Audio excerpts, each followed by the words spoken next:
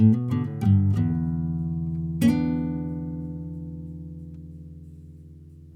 sports fans, and welcome to Sports on the Spot. My name is Willie Charger, and I'll be joined later on by Nick James, later Ronnie and Lenny, who are going to give us their lowdown and rundown on the sports world. Today, we're going to be talking about the NBA playoffs, probably the most important topic going on in the world of sports these days. Spend some time talking about what's going on in the two conferences, and then later on, talk a little bit about the off-season NFL. There's been some developments that have been taking place there as well.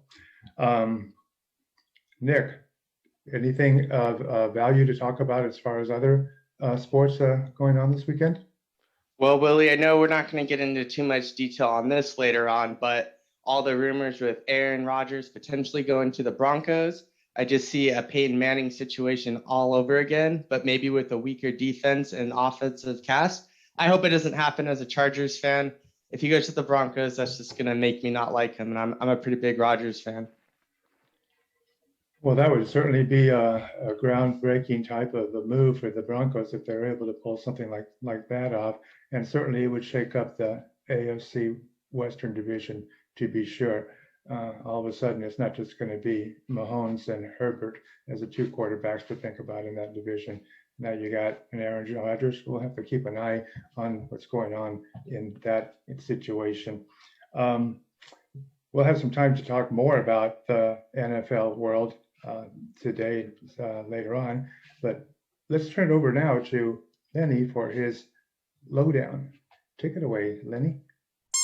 One of the charming things about baseball is its many quirky ballpark traditions, most of them I love, like wearing a glove to the game.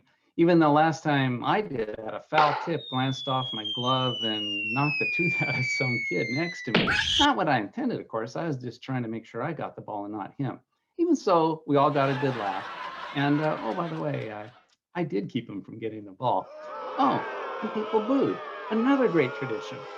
I'd like to talk about the most iconic and oldest of all ballpark traditions, the seventh inning stretch, which was first introduced in the 1970 season at a San Diego Padres game, 150 years ago. So it's definitely an oldie, but is it really a goodie? Frankly, I've got two big problems with the seventh inning stretch, the seventh inning part and the stretch part. Look, having a break in the seventh inning of a 9 inning game, why even bother? Our tushes are toast by then.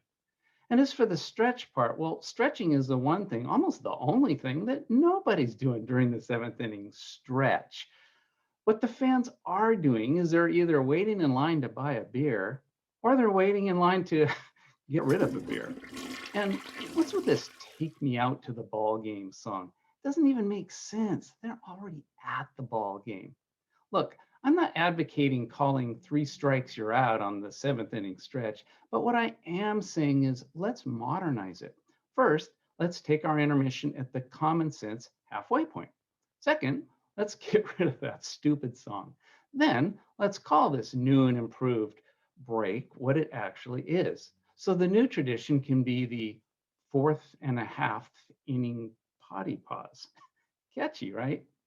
Next time I'll take a swing at another outmoded tradition, Cracker Jacks, which are fine, if you're a glutton for gluten, that is.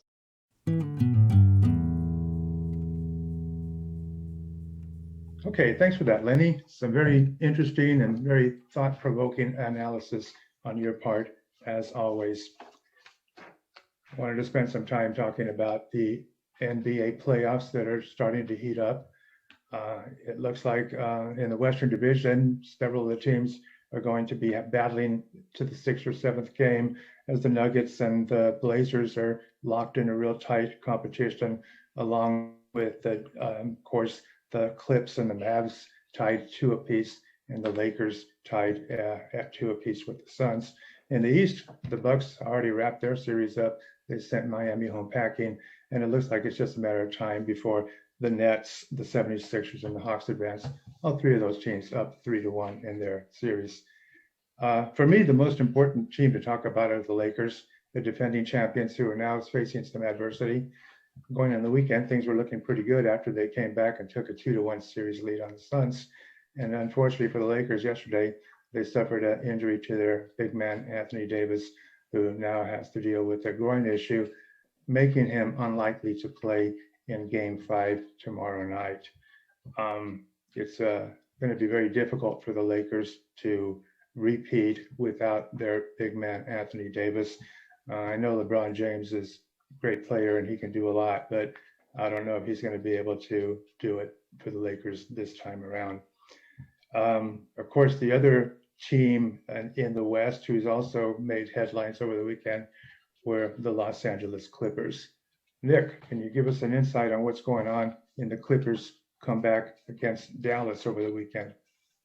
Well, Willie, I think they just figured out who they are. They are really only lacking confidence, as we saw from last year. Maybe a little bit of a hangover coming back after blowing the 3-1 lead to the Nuggets and getting dominated essentially by Luka these first two games. Luka's not blaming his neck injury on his poor performance this last game, but the last two games, our stars stepped up. Paul George and Kawhi really showing leadership. We're getting a well-rounded effort from our team, and we took back home court advantage. So as a Clipper fan, I'm stoked. I have no doubts that we could come and proceed to the next round. We just have to go in and execute, and I'm excited to see the games this week. I said at the beginning that the team that stayed healthy through the playoffs is probably going to be the team that's going to go a long way. And I think that's coming true already in this series. Remember that going into the weekend, the Suns-Lakers series, it was the Suns who were banged up, and it was Chris Paul who was injured, and the Lakers seemed to have their way with the Suns. And now the situation's been reversed, and now CP3, Chris Paul, he's healthier, seems to be getting healthier every game, and it's the Lakers now with their man Anthony Davis out, who seem to be on the ropes. So I think injuries and the team that stays healthy in the end is going to have a lot to do with who comes out on top in the NBA by the time the playoffs are over. Let's switch gears and talk a little bit about what's going on in the National Football League offseason. Nick, do you have any sources that are giving you any information on what's happening in the NFL? Well, I mentioned the Aaron Rodgers trade rumors, and I mentioned Julio Jones last week. Since then, the Seahawks have really been the kind of the front runner, at least in the news, to possibly land Julio Jones. You might ask, they have DK Metcalf and Tyler Lockett. Why would they need another receiving threat like this? But it turns out that the Niners are also potentially interested, and maybe even the Rams. So it might just be an arms race in the NFC West, because they might just want to get Julio so the other two teams don't. What are you noticing in football, Willie? I've been noticing that Patrick Mahomes is so confident in the Chiefs this season that he's predicting that their team will go 20-0, being the first NFL team in history to do that. Remember, Nick, that now we have a 17-game regular season. So he figures if they go 17-0 during the regular season and win 3 playoffs, including the Super Bowl, that will cap a perfect 20-0 season. Remember, it was the 1972 Dolphins who went undefeated, but they were only 17-0. What do you think, Nick? Do you think that Kansas City really has a realistic chance of winning 20 games without a loss this season?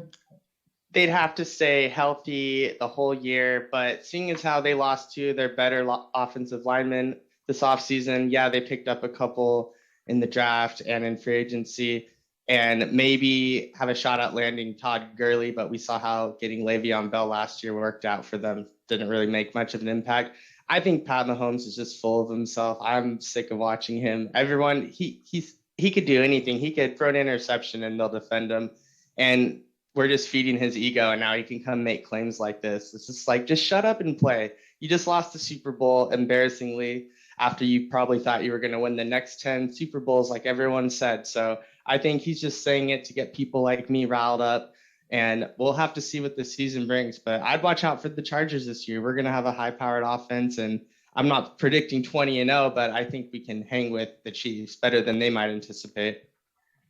I think for Patrick Mahomes and the Chiefs, before they go undefeated in the NFL, they'll have to first go undefeated in their own division, the AFC West.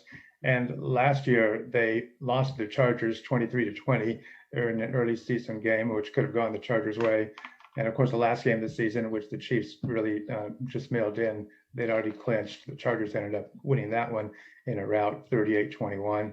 If in fact Aaron Rodgers ends up on Denver, it's not going to be a cakewalk for the Chiefs by any means, and they're going to have a tough time just winning some games in the AFC West. I like his confidence. I like his bravado. Obviously, you want to talk some good stuff about your team. You don't want to say, oh, well, we're going to win the division and maybe lose a few games along the way. So I'm not down so much on Mahomes as some people. I just think he's being a quarterback, just showing some leadership skills for his team. Anyway, we'll keep an eye on whether the Chiefs actually go 20-0. Like you, I don't see it happening.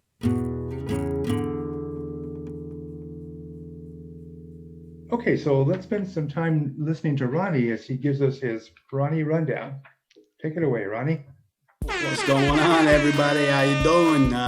Hope you all had a good week. Hopefully you checked out pepperronniespicks.com, which I talked about last week. Good spot to go for some of the picks. We got a bunch of the guys on there doing blog posts on all the sports going around all over the world. So hopefully you're checking that out. Big week coming up, big weekend. We got the Belmont Stakes, which is the third leg of the Triple Crown. Want to talk about that a little bit. I don't really have any picks for you, but I think, I've heard some people been asking, or seems to be some uncertainty on how betting odds work, especially with horse racing odds. And just in general, betting odds, it's kind of like it's a ratio, right? You hear somebody say 10-1 odds. It means, you win $10 for every $1 you bet, and it's kind of the way the horse racing odds works. I think a lot of people get confused when they see numbers that don't match up. What's the word for that? There's a technical math word for that. I don't know it. All right, so shut up. All right.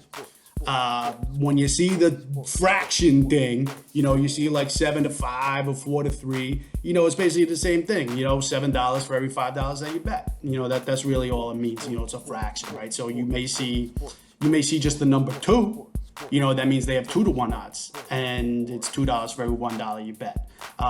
So when you see a number stand alone, it really does still mean that number to 1. But obviously when it's a fraction, and that's just how the odds work in horse racing, they can't not show it. So it looks a little different if you see the 7-5, 3-2, 4-3, whatever. It's really just $4 for every $3 you bet, $3 for every $2 you bet, et cetera, et cetera. Some of the different bet types in horse racing are really interesting too. You could, of course, bet the horse to win. You could bet the horse to place, which means they come in second place. You could bet the horse to show, which means they come in third place.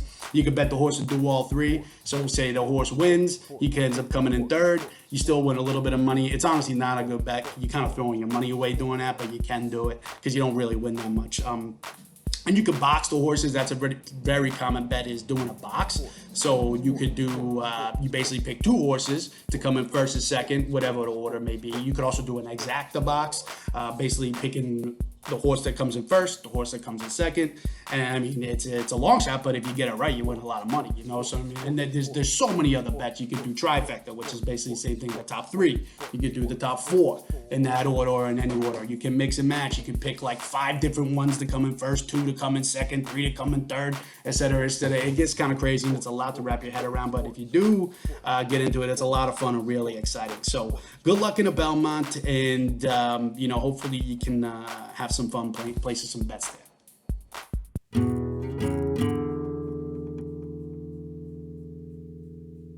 Thanks, Ronnie. That was Insegrius. So, as usual, I'm tasked with reaching into the avalanche of viewer questions that we get every week. And I pick one because there have been some shenanigans in the stands lately. So, and this question relates to that. It's from a Bunarong Poon Sombat 29458. And Bunarong Poon Sombat 29458's question is, what's it going to take to stop inappropriate fan behavior at sporting events? Well, what do you guys think about Bunarong Poon Sombat 29458's question? Well, Larry, you are right about this. There have been a number of incidents that have taken place in NBA arenas involving unruly fans who have been verbally and physically abusive of the players. There's no place for that in the world of sports. And for me, I think that the NBA should really punish these fans. First of all, There's some charges filed against these people. They should be arrested. I think they should be put in jail, subject to high fines, and publish their pictures in the newspaper so everybody knows who these people are. I think you just have to get tough. And once the NBA puts its foot down, in fact, all pro teams should do this. I think this behavior will come to an end. It's really crazy because these fans wouldn't be doing anything like this if they saw these players in the street. These guys are a foot taller than most of their fans and way more in shape and would probably just beat the pulp out of them. So I don't think just banning fans is enough. I like Willie's idea. Put their pictures in the paper, expose them. I think that's going to give them more shame. Maybe even go on social media and say, don't be like this guy. I'm all for booing and heckling appropriately. You want to get in the other team's head. Yelling overrated to Julius Randle is fine. Yelling racial slurs or spitting on a player, not okay. It's not worth it, and it makes it not fun. And using being cooped up for a whole year because of COVID isn't an excuse at all. I mean, we haven't reverted that much to animalism, so it's crazy to think fans are even considering these actions. Hey, you know what? I'm sorry, guys. I got to take a whole different look at this thing. I appreciate what you're saying, but look, I'm no lawyer, but I do know one thing for sure. Our Constitution, it gives us a right to do whatever we want to whomever we want, and I just don't think we should start taking away the personal liberties of fans who want to, express themselves with their boots, their bats, their bazookas, whatever. I mean, this is America, guys. Well, thanks for that alternative perspective, Larry. And I'm sure we could talk a little bit about it in more detail, but unfortunately we're out of time and we're going to have to say goodbye for this week's show. I wanted to thank everybody for tuning in and viewing our show, reminding everybody to like and comment and subscribe to the show if you have a chance. The viewers who have any questions to submit can submit those questions to the sportsonthespot@gmail.com, or else just submit the questions in the comment section of our YouTube channel. That's going to be it for today's show. Once again, have a happy day, and we'll see you all next time.